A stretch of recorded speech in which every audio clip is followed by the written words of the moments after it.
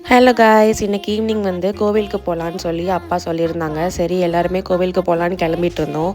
அப்பான்னு பார்த்து என்னோட பெரிய தங்கச்சி கோவமாக இருந்தாங்க. ஏன் கோவமாக இருக்குன்னு கேட்கும்போது, ஆஃப்டர்நூன் நீங்கள் லஞ்ச் சாப்பிடும்போது பானிபூரி வாங்கி தரேன்னு சொல்லியிருந்தீங்களே, ஏன் வாங்கி தரலன்னு கேட்டாங்க. நானும் ஸ்கூல் விட்டு வாங்கி தரலான்னு நினச்சேன். அப்புறம் டைம் இல்லை.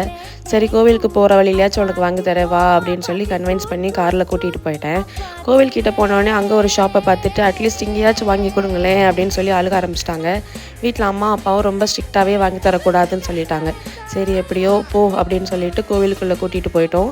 கோவிலுக்குள்ளே போயிட்டு நல்லபடியாக சாமியெல்லாம் கும்பிட்டுட்டு வெளியே வந்தோம். வெளியே வரும்போது பயங்கரமாக பசிக்க ஆரம்பிச்சிருச்சு.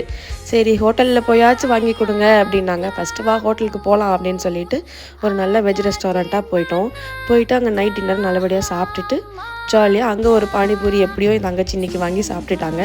ஸோ இதே மாதிரி வீடியோஸ் பார்க்குறதுக்கு சப்ஸ்கிரைப் பண்ணிக்கோங்க. தேங்க்யூ, பாய்.